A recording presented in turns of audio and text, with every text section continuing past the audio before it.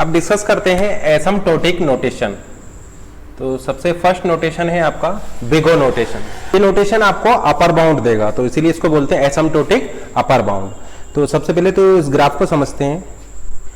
इस वाले एक्सेस पर हमने इनपुट साइज लिया हुआ है और इस वाले एक्सेस पर हमने एल्गोरिथम का रनिंग टाइम लिया हुआ है। और ये एफ एन क्या है? एफ एन आपका एल्गोरिथम का रनिंग टाइम है। तो ये ग्राफ आपको ये बता रहा है कि एल्गोरिथम का रनिंग टाइम इनपुट साइज पर किस तरीके से डिपेंड कर रहा है, ठीक है ना। जैसे कि आप यहाँ पर देख रहे हैं, आप इनपुट साइज को इंक्रीज कर रहे हैं, उसके साथ साथ आपका एल्गोरिथम का रनिंग टाइम यहाँ पर इंक्रीज कर रहा है। फिर क्या है आपका? Rate of growth of time of algorithm या ऑर्डर ऑफ ग्रोथ भी आप इसको बोल सकते हैं। तो ये जो एफ एन जो आप देख रहे हैं, ये आपके एल्गोरिथम का रनिंग टाइम है, या फिर आप इसको rate of growth of time भी बोल सकते हैं, या फिर आप इसको ऑर्डर ऑफ ग्रोथ भी बोल सकते हैं, या फिर आप इसको टाइम कॉम्प्लेक्सिटी भी बोल सकते हैं, ठीक है ना। तो एल्गोरिथम का जो टाइम कॉम्प्लेक्सिटी है वो आपका एफ एन है। एफ एन जो है वो है आपका rate of growth of time, या आप इसको बोल सकते हैं rate of growth of time of algorithm, या आप इसको बोल सकते हैं order of growth of algorithm, या आप इसको बोल सकते हैं रनिंग टाइम कॉम्प्लेक्सिटी, या आप इसको बोल सकते हैं टाइम टेकन बाय एल्गोरिथम। तो आप यहां पर क्या देख रहे हैं कि एल्गोरिथम का जो रनिंग टाइम है वो इनपुट साइज पर डिपेंड कर रहा है। आप सबसे पहले तो ये डिस्कस करते हैं ये इनपुट साइज क्या होता है, ठीक है ना। इनपुट साइज आप कैसे आइडेंटिफाई करेंगे? तो सबसे पहली बात तो आप ये नोट कीजिए कि जो इनपुट साइज होता है वो प्रॉब्लम पर डिपेंड करता है, यानी डिफरेंट डिफरेंट प्रॉब्लम्स के लिए डिफरेंट डिफरेंट इनपुट साइज होंगे, ठीक है ना। तो कुछ केसेस में हम आइडेंटिफाई करते हैं कि इनपुट साइज क्या होगा। जैसे कि फर्स्ट केस देखिए, मान लीजिए आपकी जो प्रॉब्लम है वो सॉर्टिंग की प्रॉब्लम है। आपकी जो प्रॉब्लम है वो सॉर्टिंग की प्रॉब्लम है। सॉर्टिंग की प्रॉब्लम क्या होती है कि आपके पास कुछ नंबर्स गिवन होते हैं, उन नंबर्स को आप अरेंज करते हैं इंक्रीजिंग ऑर्डर में या फिर डिक्रीजिंग ऑर्डर में। तो सॉर्टिंग है कि नंबर्स को अरेंज करना आइदर इन इंक्रीजिंग ऑर्डर और इन डिक्रीजिंग ऑर्डर। तो सॉर्टिंग की जो प्रॉब्लम जो होती है उस प्रॉब्लम में इनपुट साइज हो जाएगा नंबर ऑफ आइटम, ठीक है ना, या नंबर ऑफ एलिमेंट्स जिनको कि आप सॉर्ट करने जा रहे हैं। मान लीजिए कि आप 5 एलिमेंट को सॉर्ट कर रहे हैं, तो वहां पर इनपुट साइज हो जाएगा 5। या मान लीजिए कि आप 20 एलिमेंट्स को सॉर्ट कर रहे हैं, तो वहां पर इनपुट साइज हो जाएगा 20। तो इस प्रॉब्लम में जो इनपुट साइज होगा वो होगा number of elements which you are going to sort, ठीक है ना। तो जितने ऑब्जेक्ट्स को आप यहां पर सॉर्ट करेंगे वो इनपुट साइज हो जाएगा। तो इस केस में जैसे कि आप देख रहे हैं, जो आपका डोमेन हो जाएगा, प्रॉब्लम का डोमेन हो जाएगा, वो हो जाएगा सेट ऑफ नेचुरल नंबर, ठीक है ना। क्योंकि आप 0.25 नंबर्स को सॉर्ट नहीं कर सकते हैं, या आप 2.5 नंबर को सॉर्ट नहीं कर सकते, या आप -5 नंबर को सॉर्ट नहीं कर सकते हैं। आप सॉर्ट किसको कर सकते हैं? आप 2 नंबर को सॉर्ट कर सकते हैं, आप 10 नंबर्स को सॉर्ट कर सकते हैं, ठीक है ना। तो जो सॉर्ट जो आप नंबर्स को करेंगे या ऑब्जेक्ट्स जिनको कि आप सॉर्ट करने जा रहे हैं वो होंगे इंटीजर। बोल सकते हैं कि इस केस में जो आपका इनपुट साइज का जो डोमेन होगा वो डोमेन हो जाएगा सेट ऑफ नेचुरल नंबर, क्योंकि आप फ्रैक्शनल यहां पर नहीं ले सकते हैं, ठीक है ना। आप 2.5 नंबर को सॉर्ट नहीं कर सकते हैं, यहां पर आप नेगेटिव वैल्यू भी नहीं ले सकते हैं, आप -5 नंबर को सॉर्ट नहीं कर सकते हैं, ठीक है ना। तो यहां पर जो इस प्रॉब्लम का जो डोमेन हो जाएगा वो हो जाएगा सेट ऑफ नेचुरल नंबर्स। आप लोगों ने यहां पर देखा कि अगर प्रॉब्लम आप ले रहे हैं सॉर्टिंग की, तो वहां पर इनपुट साइज हो जाएगा number of items in input, यानी कितने आइटम को आप सॉर्ट करने जा रहे हैं। मान लीजिए कि आप n आइटम को सॉर्ट करने जा रहे हैं, तो आपका इनपुट साइज हो जाएगा n।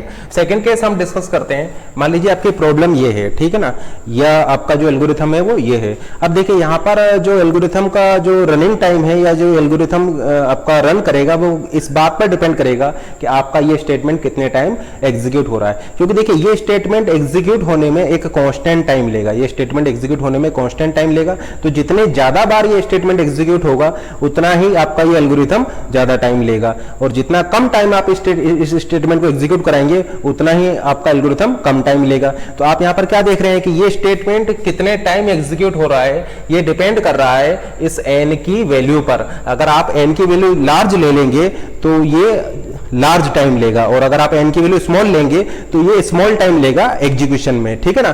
तो यहां पर आपका इनपुट साइज हो जाएगा वैल्यू। तो यहां पर इनपुट साइज क्या है? इनपुट साइज है आपका ये वैल्यू n, ठीक है ना। मान लीजिए आप n 5 लेंगे तो ये 5 टाइम एग्जीक्यूट होगा, आप n की वैल्यू 1000 लेंगे तो ये 1000 टाइम एग्जीक्यूट होगा। तो यहां पर इनपुट साइज हो जाएगा वैल्यू ऑफ n, ठीक है ना। तो इस केस में आपका इनपुट साइज नेगेटिव भी हो सकता है, फ्रैक्शनल भी हो सकता है, इंटीजर भी हो सकता है, पॉजिटिव भी हो सकता है, ठीक है ना।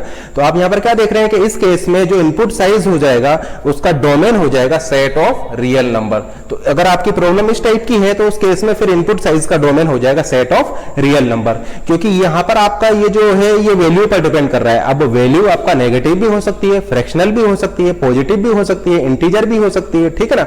तो यहाँ पर हम ऐसा बोल सकते हैं कि ये वैल्यू क्या होगी, रियल नंबर से आप कोई भी वैल्यू पिक कर लेंगे तो डोमेन हो जाएगा set of all real number. अभी तक हमने जितने भी प्रॉब्लम्स डिस्कस किया है उसमें जो इनपुट साइज है वो सिंगल पैरामीटर पर डिपेंड कर रहा है, ठीक है ना। अभी तक जो हमने डिस्कस किए हैं उसमें जो आपका इनपुट साइज है वो सिंगल पैरामीटर पर डिपेंड कर रहा है। जैसे कि फर्स्ट केस में हमने देखा था इनपुट साइज क्या था, आपका नंबर ऑफ ऑब्जेक्ट्स थे। सेकंड केस में हमने देखा कि इनपुट साइज आपका वैल्यू था, ठीक है ना, एक वैल्यू था। थर्ड केस में हम ये थर्ड केस में हम देखेंगे कि आपका input size more than one parameter भी हो सकते हैं, ठीक है ना, मोर देन वन पैरामीटर भी हो सकते हैं। फॉर एग्जांपल आगे हम डिस्कस करेंगे कि ग्राफ और ट्री जब हम आपको बताएंगे तो वहां पर जो एल्गोरिथम होंगी वो आपके टू पैरामीटर पर डिपेंड करेंगी। फर्स्ट पैरामीटर हो जाएगा नंबर ऑफ एजेस और सेकंड पैरामीटर हो जाएगा नंबर ऑफ वर्टिसेस, ठीक है ना। वहां पर हम ऐसा बोल सकते हैं कि जो इनपुट साइज है ये इनपुट साइज हो जाएगा आपका number of edges and number of vertex का पेयर, ठीक है ना। तो यहां पर आप क्या देख रहे हैं कि इनपुट साइज जो है वो मोर देन वन पैरामीटर भी हो सकते हैं, ठीक है ना।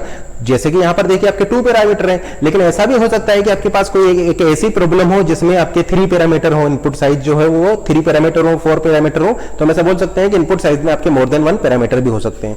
जैसे कि मान लीजिए आपके पास कोई ग्राफ एल्गोरिथम है, ग्राफ वाली एल्गोरिथम है और उसकी जो कॉम्प्लेक्सिटी है वो आपका कुछ इस टाइप की आ रही है, order of E log v, order of E log v type की आ रही है। तो यहां पर आप क्या देख रहे हैं कि उस एल्गोरिथम का जो रनिंग टाइम है वो दो पैरामीटर पर डिपेंड कर रहा है, नंबर ऑफ एजेस पर एंड नंबर ऑफ वर्टिसेस पर।